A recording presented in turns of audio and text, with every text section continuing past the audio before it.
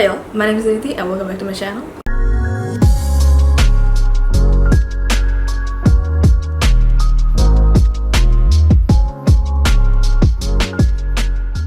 Welcome back to a new weekly reading vlog.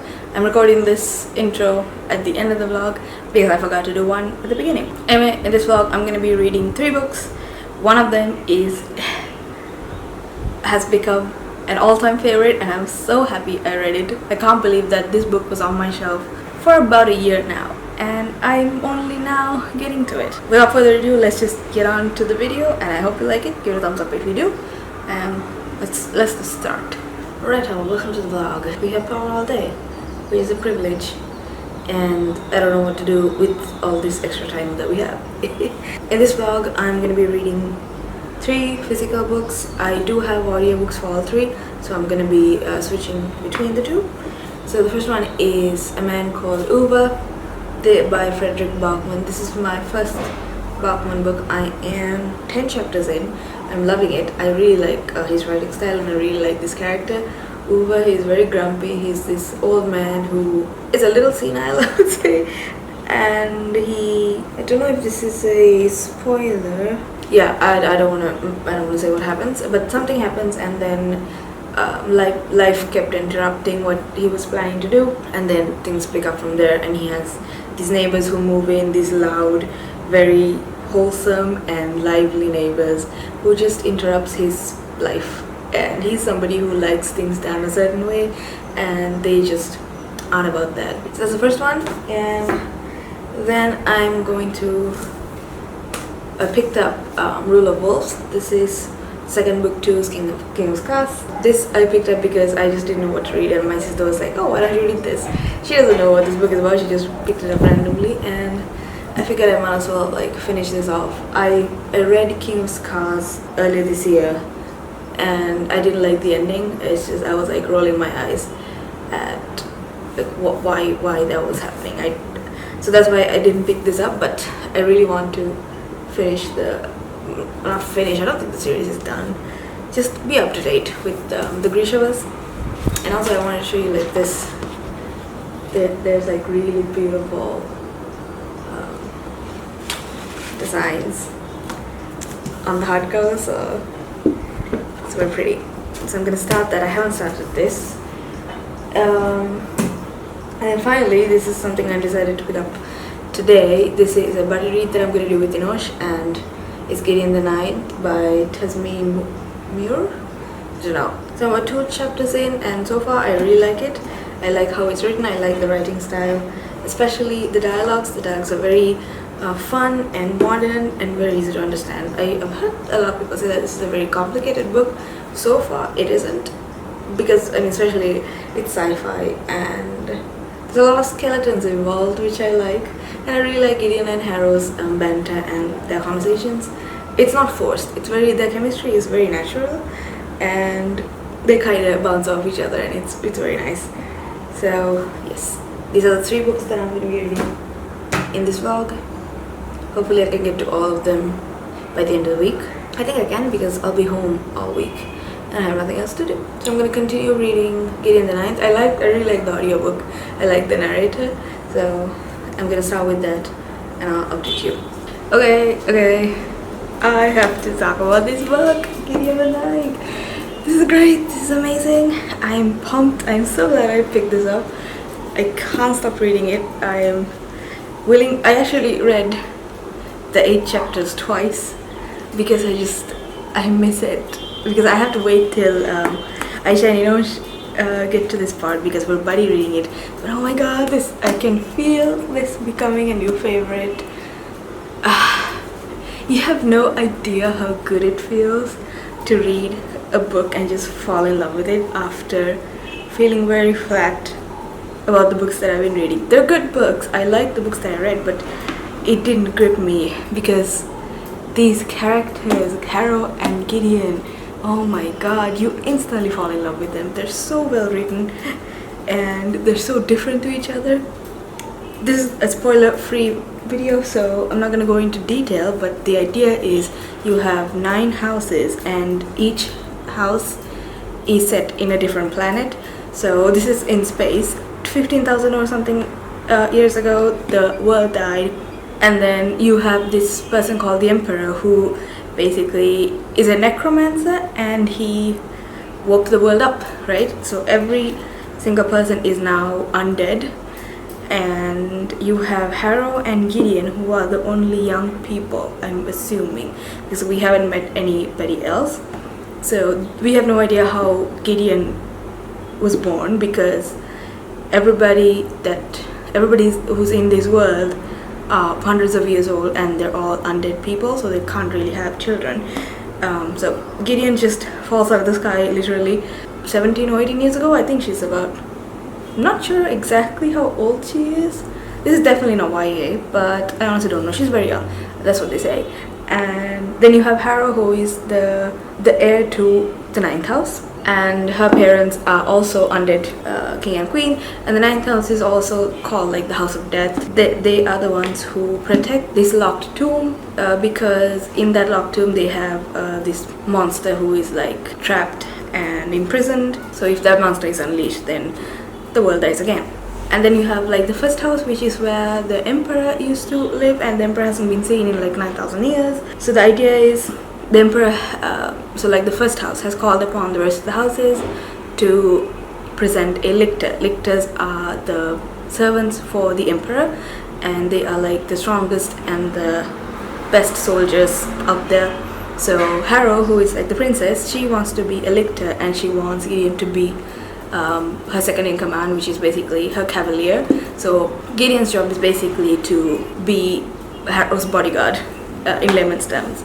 And cavaliers are, there's only like one cavalier per house, and the cavalier is supposed to be this very amazing and like really powerful person, because they have to guard the person who's trained to be a lictor.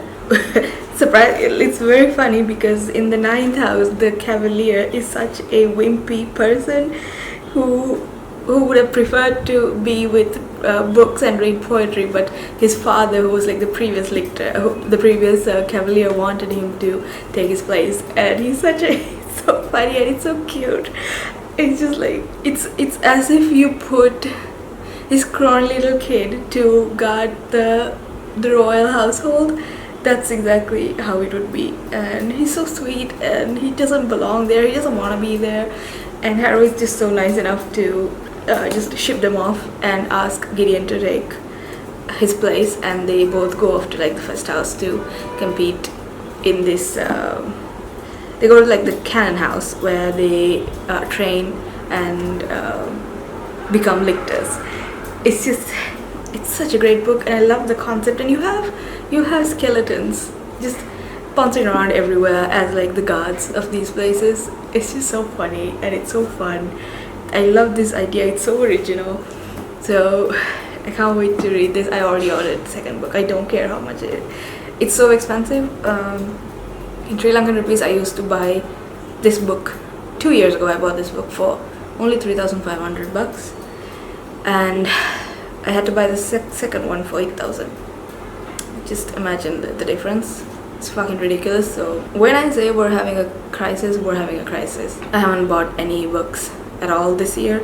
Everything I bought were pre-orders, which I had already paid for. So, and I haven't really bought anything since the dollar went up. So this is a purchase that I wanted to make, because I love this book. I need all the books I want.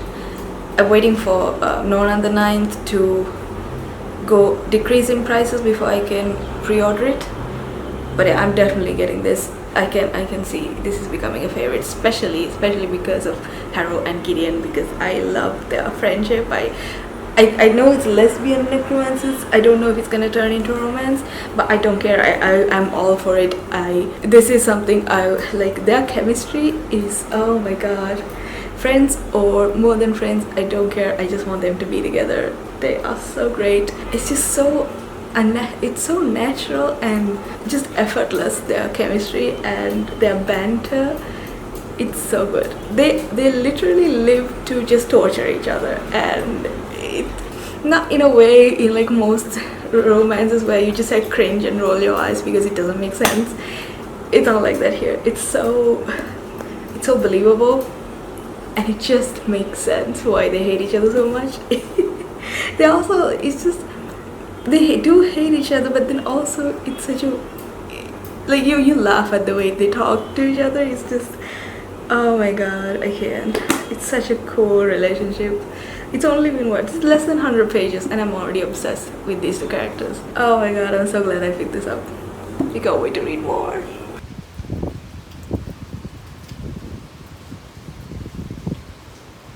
Okay, I also want to give you an update on A Man Called Uva. It's also really good. It's a very different to Gideon because I would say this is just general fiction, and so far I'm liking it. It's reading like a 4-star for me, especially because it's a good book. It's not, I wouldn't call it like the perfect book, but I definitely like Bachman's writing style, and I like the story. It's so grounded. It's so interesting because Uva is not a person that you will like if you meet him. He's very grumpy. He's sometimes racist. He's sexist. He's very misogynistic. He always assumes that the man has to like do everything and the women are just weak people. And his love for his wife is also kind of like that. Like you understand that he really loves her, but then also the way he phrases things, or the way he perceives her as a woman before seeing her as a wife and somebody he loves. So I don't know how I feel about him as a character, but I understand what Bachman is trying to say. Like, and also like these neighbors that he encounters, they are definitely the people who can tolerate somebody like Uva, and they're just so full of life. I'm more than halfway. I can definitely finish this book today, and I will, and then I'll probably pick up Rule of Wolves after. These are like solid reads. I would definitely pick up Bachman's Bear Town. I think that's also something I've heard great things about, so we'll see. Hello, good morning. It's 9 o'clock, and I'm not usually up this early, but I woke up and I want some breakfast, which is something that I don't have every day, and that's not good. This is my kitchen. You've been here before. I did like a grocery haul, I think the last time I was here. You can check that out. I will link it up there. But today I'm gonna make a breakfast that I've been making. I don't know, I'm just obsessed with it, okay? And I want you to try this at home because it's so good. I'm telling you, it's very simple. You don't need a lot of ingredients anyway. You obviously need bread, right? You need egg, 1 egg. Cheese, any kind of, like, you can use like the wedges, or you can use a slice, you can use a spread. I'm gonna use the spread because it's just what I have. And then I'm gonna use mayonnaise. You can use anything you want again, and a sauce. So it could be tomato sauce, ketchup, whatever you like. I'm using this because I don't like tomato sauce. And then you need ham. Start off with frying the ham and the eggs, and then you gotta toast the bread. So let's get started.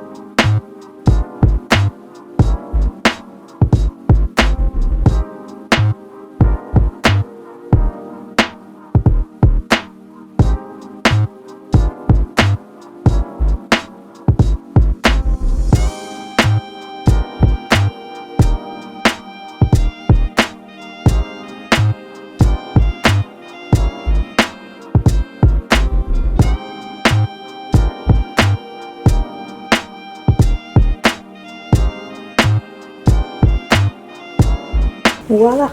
Okay, now I've used 1 egg, right, and then I just split it up between the 2 slices. So you just drizzle a little bit. Okay, not a lot, just a little.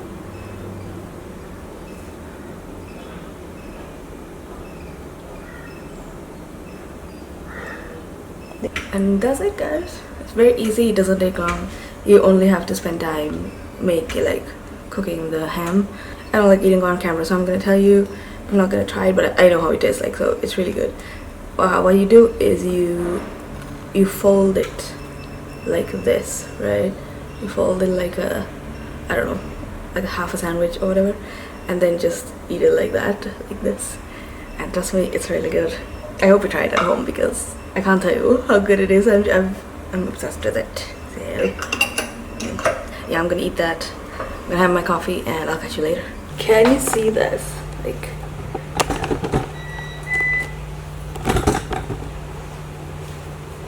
it's actually raining, but I need to give you an update. I finished A Man Called Uva and I gave it 4 stars. This is a book I really enjoyed, and I found out that they're actually making an American adaptation because there is a Swedish one already, but they're making one in America, and it's gonna be starring Tom Hanks.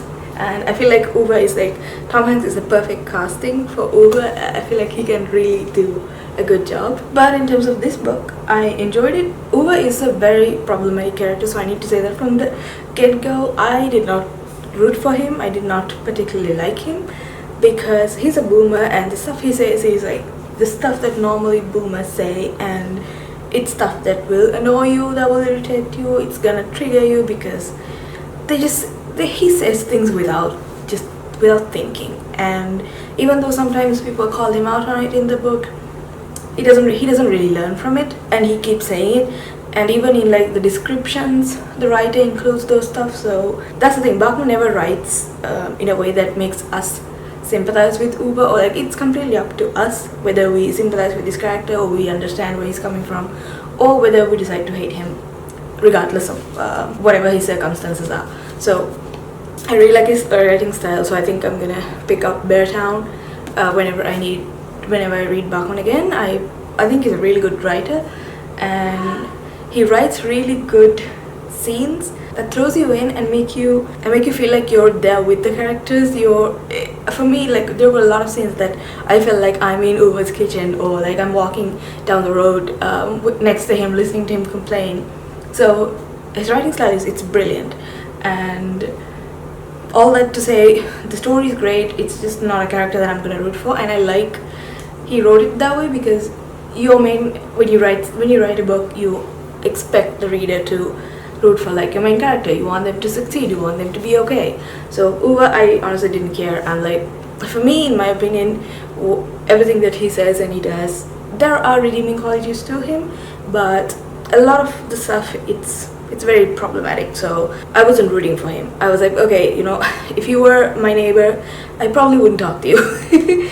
But I do like the Iranian family, who is there's a character called Parvana, and I like her story and how it weaves in with Uva, and she's basically the person that shows him that there's life after the people who loves you and the people you love have left this earth.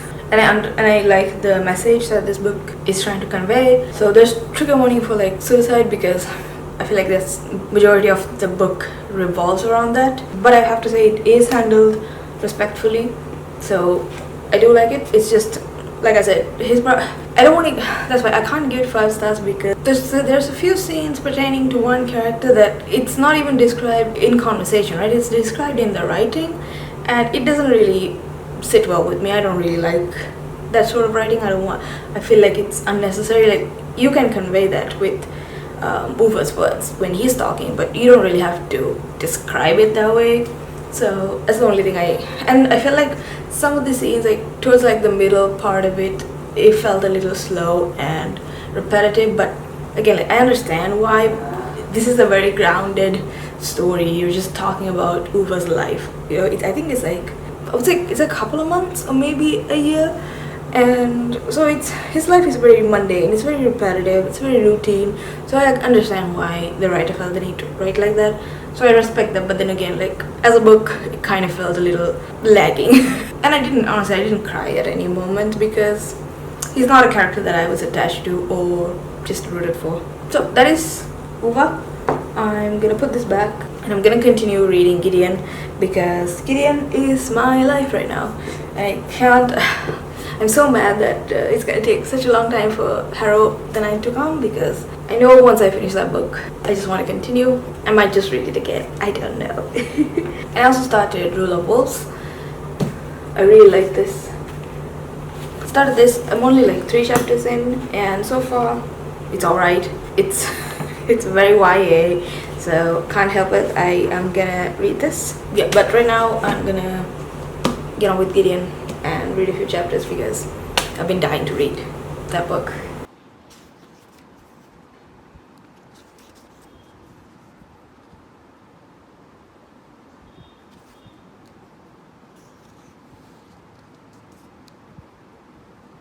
Hey y'all. Oh, if you hear any explosions and noises, that's because sister's watching a live stream. So, and it's the PlayStation access. So, but anyway, okay. I wanted to talk about Rule of Wolves. I did read Gideon and I have nothing else to say except for like I'm loving it. It's amazing, and I can't really talk about it without spoiling stuff. So the character work is like intricate. It's amazing. I'll give you an update on it later. Because right now I want to talk about Rule of Wolves. I am surprisingly enjoying it. I did not expect it to slap the way it's doing right now. Because this is the second book, right? Like usually I thought if I didn't like the first one, there's no way that I would like the second one. But this is reading very much like Six of Crows and not Shadow and Bone, which is the problem I had with King of Scars. King of Scars was very young adult. It was, the stakes were very toned down, and it was just a lot of anyway. Yeah, I didn't like it. But Rule of Wolves is like, it's amazing.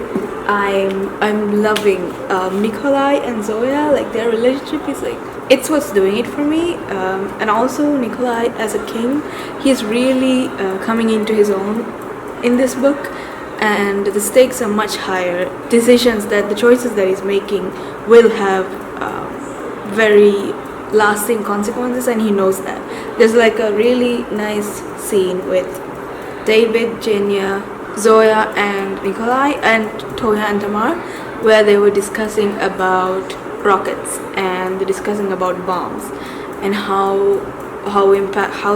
what the impact of it is going to be for the world, right? Because and that conversation, like the decision lies with the king, with Nikolai, and whatever he makes, it's gonna have like an impact on not just Ravka, just every country in this planet. That was a really nice scene, and it's written really well too, because you feel the stakes, you feel how serious the situation is. None of these people are making jokes or trying to lessen the situation in any way, which is what I don't like with young adult. Like they're always trying to make jokes and trying to ease the tension in a room, but when it's like when you're talking war strategies, you can't really do that.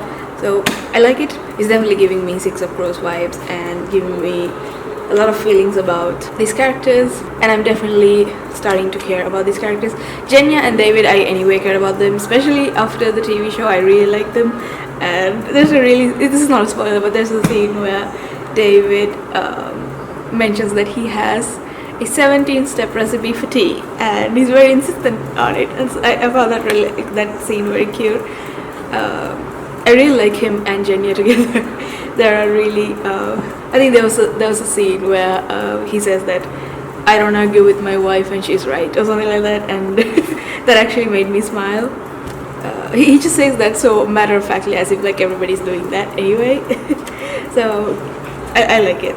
And like I said, I really like Zoya and Nikolai as well, because they have this conflict where they are grappling with their love for their country and their love for each other, and I find that really interesting to read. And I love that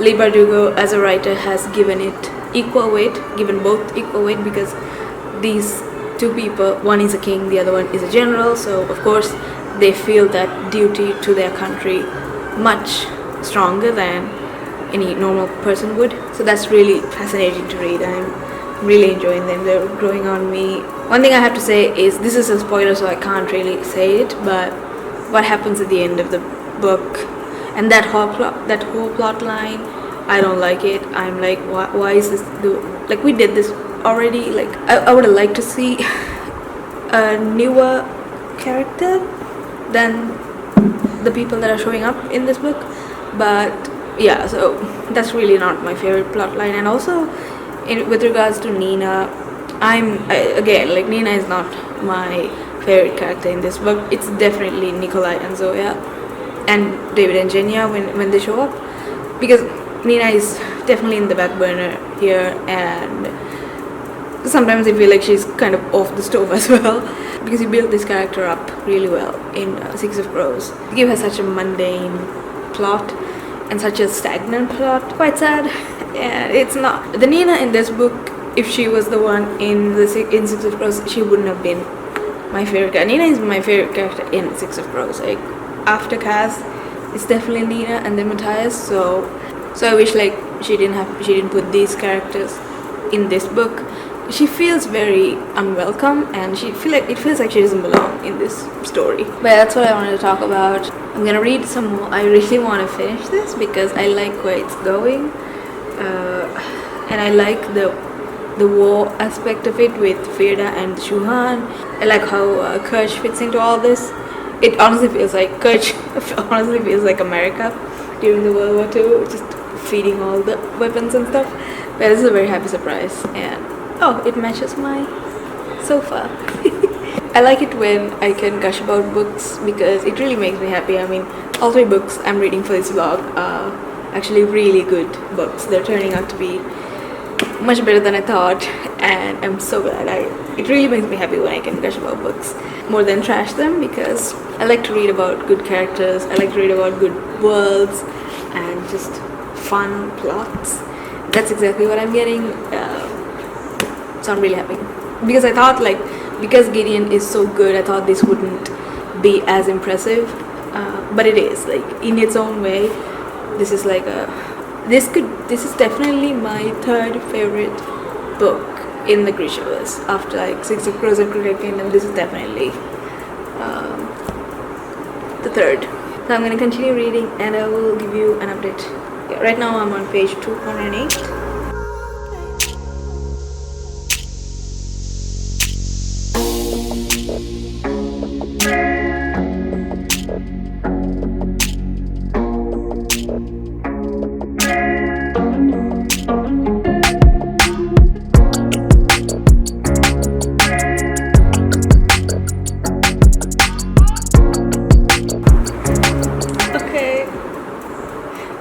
Why am I getting teared up? It's what David does at the wedding. If you read it, you know. But oh my god, so cute. There's a line that says, like, they deserve to be happy, and knowing everything that happened to Jenya and David, you get it. They really deserve to be happy. A few moments later. What is happening? I have to stop. If you read chapter 20, no, I refuse. But why? I didn't think it would actually happen. Their wedding. They jumped to, like, 3 or 4 chapters after that scene. After Act 1, and then it completely I thought he was just missing, and, like, the beginning of chapter 20, and I'm like, wait, I had to read that line again because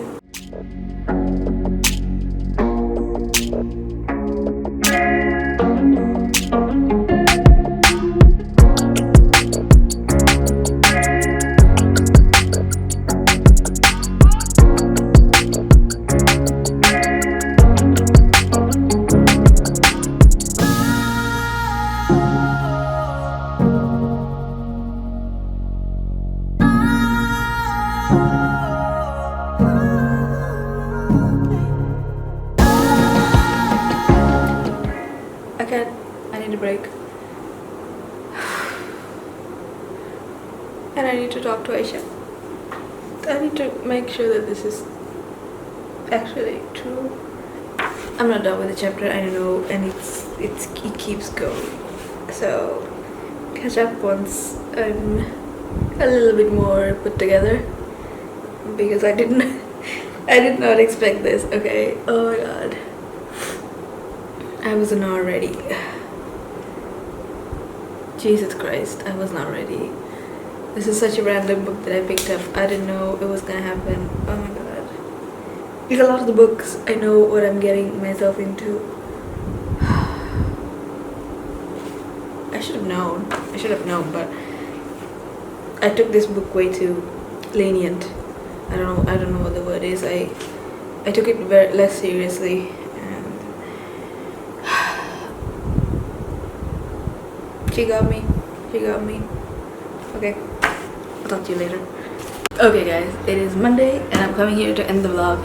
So let's start with Rule of Wolves. I finished it. I gave this 4 stars. I really enjoy it. I love Nikolai and Zoya. And oh, I think the last clip you saw was me reading that one particular scene, and after that I just kept reading. I just wanted to finish it. I wanted to know what happens. That scene was honestly, Aisha made a really good point after I talked to her, that this particular character that she kind of gave a lot of attention and more page time just so that we will feel what we felt when that event happened. And I think she's absolutely right, and I totally fell for it. I know it was very intentional, and I'm fine with it. Honestly, if those scenes weren't there, then obviously this wouldn't have had the same impact, so I get it. But it really didn't affect the main plot line because it wasn't a main character. That's whatever thing happened to. So I really enjoyed it. It was great, and Nikolai and Zoya really did steal the scene for me. Definitely their story. And Nina, I'm so disappointed. I'm so sad that her character did not get the story that she deserves, because there were so many things wrong with her. Because I didn't really like it in the first book, and then in the second one, especially her relationship with Hana, which again felt very unnecessary. And Nina doesn't need a romantic plot line. No, she doesn't need a love interest for her to be interesting. And the fact that she has one in this book diminishes like the entire plot of Six of Crows and her relationship with Matthias. So I didn't like it. I don't think it was necessary.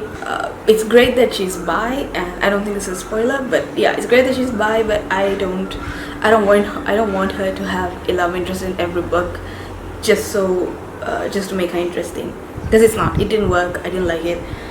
I'm so disappointed, and I honestly don't really care anymore about her story, because I was really excited about the TV show and where Nina was going, and I like her casting as well.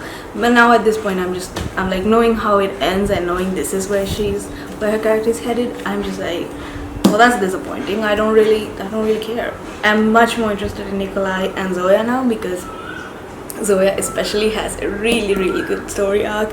I'm so happy that I got to know it and I got to read about it, because it's incredible. Zoya deserves everything that she got in this book, and it was well written and everything was shown to us. And when that climax hits, everything, you start to feel everything that she was feeling, because you've seen it all, you've experienced it with her, and that was just amazing. Even Nikolai, like a lot of the decisions that he made total sense, and I'm glad that he did that, because it's very on par with him as a character, and it was just amazing. I really enjoyed Rule of Wolves. 4 stars, especially because I don't like Nina's character, I don't like her story, and that kind of that's why I decided to give it 4 stars. But otherwise it's a well written, well thought out, well rounded story. Oh, and also the crows. I really want to see more of the crows, because I don't think this is a spoiler, because I feel like everybody knows at this point that the crows are in this book. And again, like, I didn't like their plotline either. The crows are very significant in terms of like the Grishavas, because they're the ones that made Liber Yugo's work so poignant and so overwhelmingly loved, because it was because of Six of Crows and not because of Shadow and Bone. So to have those characters in this book and have such a very mediocre plot and mediocre relevance to the story, I didn't really like it. I preferred to not have them at all. You could have done whatever you did with Kaz and Jesper with someone else, and I didn't really like again. So that's why I gave 4 stars, because the crow's story in this book didn't really matter and I didn't like it.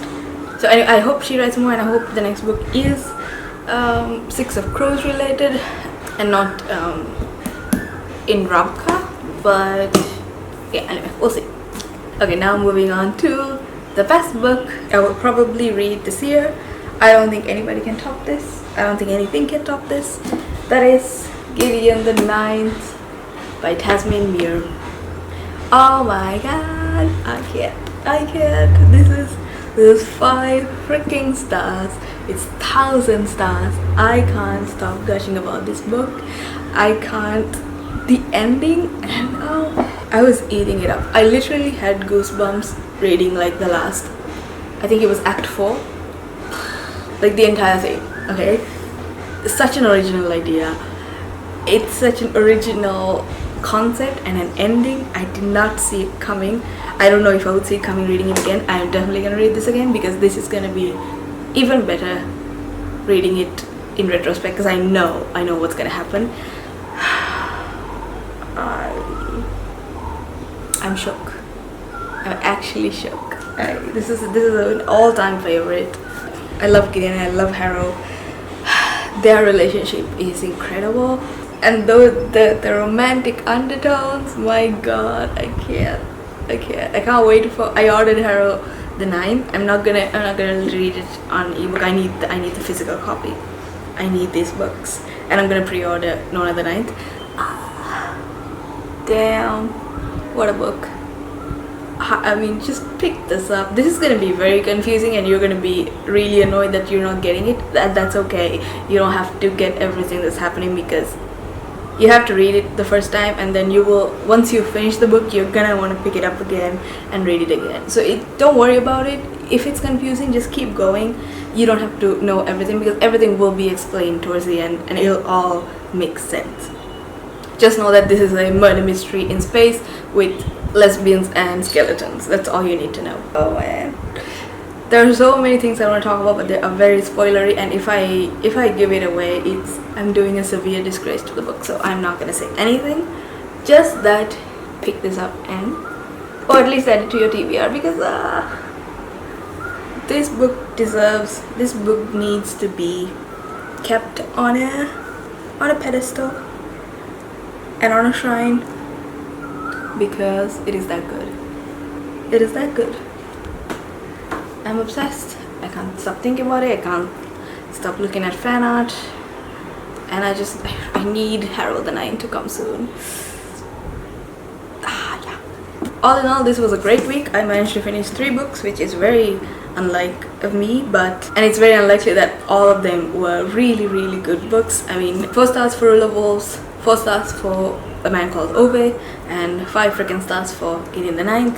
I'm really happy with this week's reading, so hope you enjoyed the vlog. If you did, give it a thumbs up and subscribe, because I do make videos every Sunday and the occasional video on Tuesday. So if you want to see more, stick around. I hope you're here for the long run, and I will see you soon with a new video. Bye bye.